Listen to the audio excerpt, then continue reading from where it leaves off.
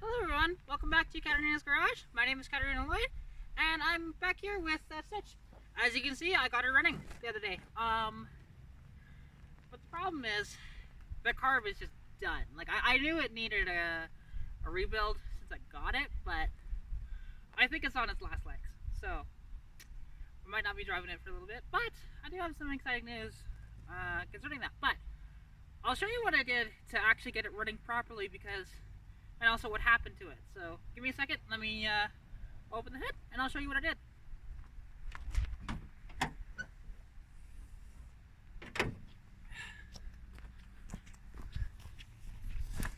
Oh, brr, it's a little cold out here. So hang on, I'm just gonna move you a little closer over here, put you down. And okay, so first off, I gotta take the air cleaner off, so release the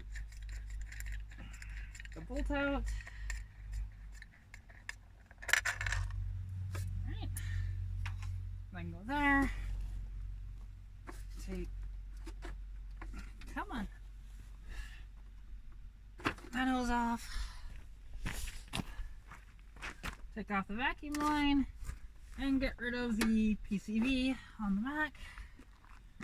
There we go. Now, if you take a look, you'll see I zip tied the choke open, right? You can see the little zip tie there. And that was the only way to really get this thing started. And the reason why I had to do that, this is an automatic choke, but as you can see, the connection's melted. I don't know when that happened. It's been like that for a while, but you know, that's what I did to get it started. And so that I can start it every time. Because if we jump back in it, let me just put the air cleaner bowl back on it.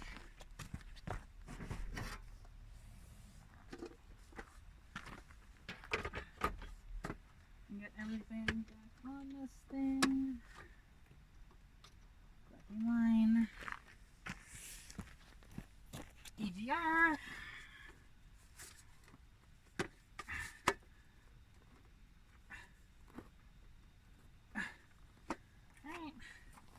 Put the bolt back in.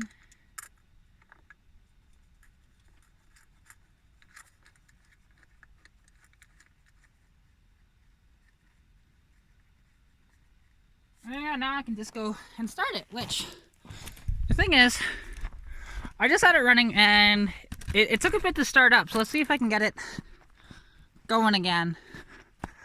Shouldn't be an issue because I just had this thing running.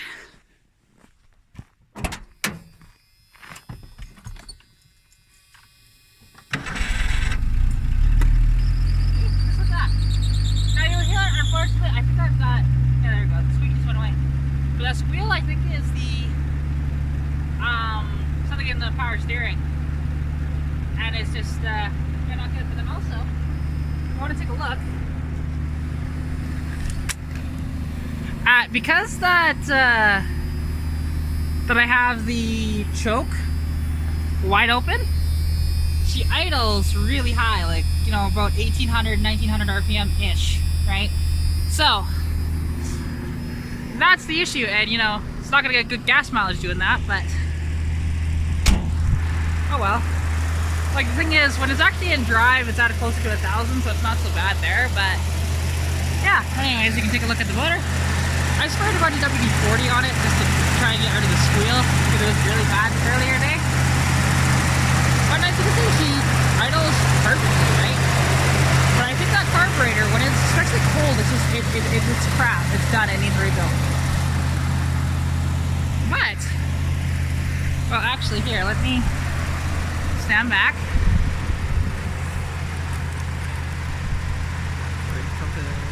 Up.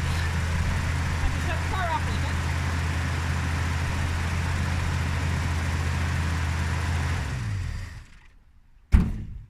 And I'm going to shut the hood.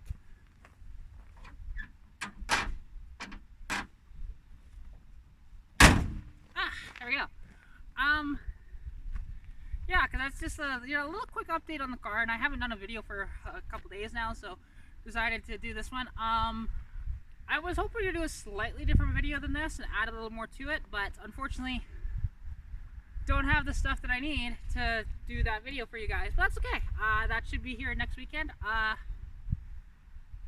The thing is, I have a couple of really exciting announcements that it's gonna happen, because you guys know I've been talking about that Phantom top for a while. Well, it's gonna be delivered next weekend. As well as I should have the rear bumper cover next weekend as well, which is fantastic. You know, I'll be able to put that on and make the body look a little nicer on this thing, right? And as well, let's see, what else is there? Oh, I've been looking for a set of wheels for Lilo, my convertible, for a couple of months now, because, you know, summer's right around the corner. I wanted some nicer wheels for the summertime that are 14s. Very hard to find. But I actually found these CSA wheels that are CSA 1622, I believe they're called. They are a copy, essentially, like an Australian copy of a AMG Penta wheel, and they look really, really cool. And you will see pictures up on my Instagram here soon of those wheels. And yeah, also next weekend as well. You guys may have seen that on my Instagram, that a friend of mine made a miniature version of my car. Now, it's not exactly a perfect representation because it doesn't have the correct hood scoop and it doesn't have the spoiler on the back, and of course the wheels are wrong for, you know, for the summertime. But honestly, it's so cool, and he custom painted it for me, and he's just giving it to me. So, you know, I'm really excited about that. And yeah, no, I'm just very excited about, you know, the future to come here. And as well, like, we're gonna do a little video series on the Phantom top, because it's an 81 or 82 with the inline 6 just like mine, but this is a GLX, so it's loaded. The only options it doesn't have, like, it's missing the steering column out of it, and it's missing a couple of panels on it, like the trunk lid, the hood. I think he said he was going to take the hood, and it's also missing tail lights, and like I said, the steering column. But the entire interior is there, so we might be doing a partial interior swap in the stitch. The seats are leather seats. They're a little worn, but you know, they're pretty cool. And honestly, to find leather seats in a Fox body is very rare. And I do like the style of the seats over these seats. They're just a little cooler, in my opinion. They're similar, but they got a different pattern. The door panels are, you know, that has power locks, power windows, all that stuff. I'd love to put those doors on here, but I think they're rustier than my doors, so that might not happen. But I might just do, well, the interior trim in my car, because actually, here, I'll show you guys with the interior trim of why I'm thinking of maybe swapping the interior trim out from that car. Because you can see it's quite worn in places, you know, and also well, you might be able to see it, the A-pillars there, they're tan instead of gray. And also the backs are a little tatty too, so I can restore them. But this GLX has a gray interior anyways. It's not the pewter, but it's damn close. So honestly, it'll be fine. And I won't swap the dash, but everything else might get changed, and potentially, like, I am going to put the original style door panel on the passenger side as well, and make that work when it gets painted and stuff. I do a couple of little things to this thing, but the thing is, with this Phantom top, what I've been told, and it's a friend of mine, so, you know, I do believe him. He drove it there to where it is, and it ran just fine. So that carb, I'm going to put that on this motor for now until I swap it out for a two-barrel anyways, but it's going to cost me nothing to do. I'll have a functioning automatic choke on it, and, you know, it should run a lot better, and I can actually drive my car more, because this morning, oh god, this thing did not want to start. What I had to do, and was, like, you heard it, it just started up just now, and it sounded just fine. but this morning, she was coughing and, you know, just doing all this bad stuff. You can tell it's carburetor or fuel related, and it's probably carburetor, right? I'll probably put on a new fuel pump in the future because I've replaced the fuel filter like 5 times on this thing already since owning it, so it's not the fuel filter at this point. On that regard, I mean, if you new fuel pump is like $30, not a big deal, but that carburetor is gonna be free, so that's why I'm doing it, right? I'll have a perfect parts engine and everything, and I wish I had a place to store said engine, but I don't. It's ironic. I have a place to store cars. I don't have a place to store engines. Like, a friend of mine here in town, the other 3.8, which there will be a video on that motor in the future.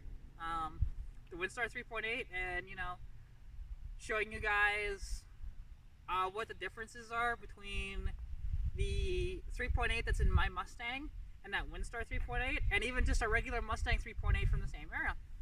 They are all different from each other slightly. Not too much of a difference, mostly just the heads, a little bit of internals and stuff like that, but not a ton. And also how they bolt in too, and how you can tell the difference if you're looking at a motor. Like if you see one, for example, I'll give you the scoop. Like, because that motor came with my convertible, right? And I'm gonna put that motor in the convertible. It's gonna gain more power, and it's going to be a lot nicer to drive overall. Like, it's gonna gain about 60 horsepower, about 70 foot-pounds of torque, putting that motor in, and it'll have modern sequential fuel injection on it. Like, what's to go wrong there? It's great. And I already have the injectors in the computer. I just need to pull those out of the shadow. It's been a little cold, as you can tell.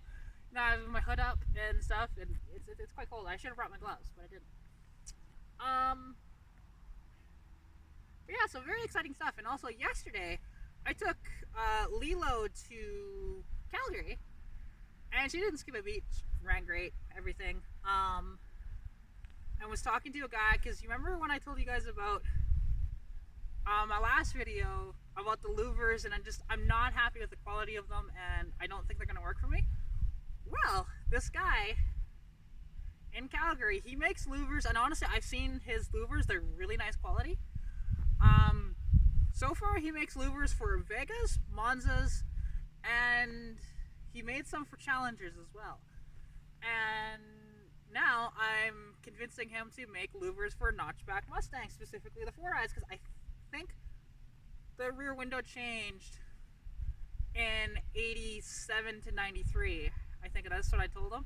But anyways, louvers, I don't think would look quite right on an Aero Mustang anyways. But, yeah. Other than that, you know, this is just a quick little update on the car and about what's going on. I should hear back from him in about a week's time to see if he got any progress. If not, I told him I can be in Calgary in approximately 2 weeks. So, you know, and I can take my car and we can do measurements off the rear window of it too. Because he's gonna see if he can find a rear window. If not, I'll just take my car into town, not a big deal. I just, hopefully I can get it started that day. But if she's plugged in, it should be okay. It just takes a little bit to get her started first thing in the morning, because I have to pump it a bunch on this thing. It's just, carburetor's junk, right? So, I mean, don't get me wrong, could I probably get it started with starter fluid down the carb, like ether? Yeah, but I don't want to do that. I've got a can of it, but that's for, like, cars that have been sitting for 20 years. But, anyways, yeah, I think I'll end this here.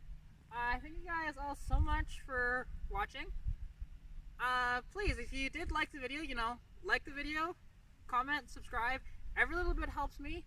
I've been trying to help out other people's channels as well by shouting them out, which you may have seen on my Instagram, and if you're following me on Facebook, there as well. And yeah, no, just little things like that that are, you know, help everyone out, right? And hopefully grow each other's channels and stuff, and you know, just a little give back in ways that I can do, because I don't have the money to give back like other people do, but I can do it in different ways with advice and as well as shouting people out and whatever else too. So yeah, anyways, hope you guys enjoyed. Thank you all so much for watching. Hope you're staying safe during COVID-19, And good luck with whatever you're working on. And as well, if you want to drop whatever you're working on down in the comments below, you know, whether you're swapping a carburetor over, you're putting fuel injection on something, you're swapping the rear end, you're painting it, whatever it is, let me know. I love to hear what you guys are working on. And as well, if you want to message me on Instagram, which my Instagram is katerinas.garage, you can message me directly there with any of your stuff as well. And yeah, so anyways, I will chat to you all later. Thank you so much for watching, and yeah, I will see you guys in the next video. Okay, bye. Pikachu.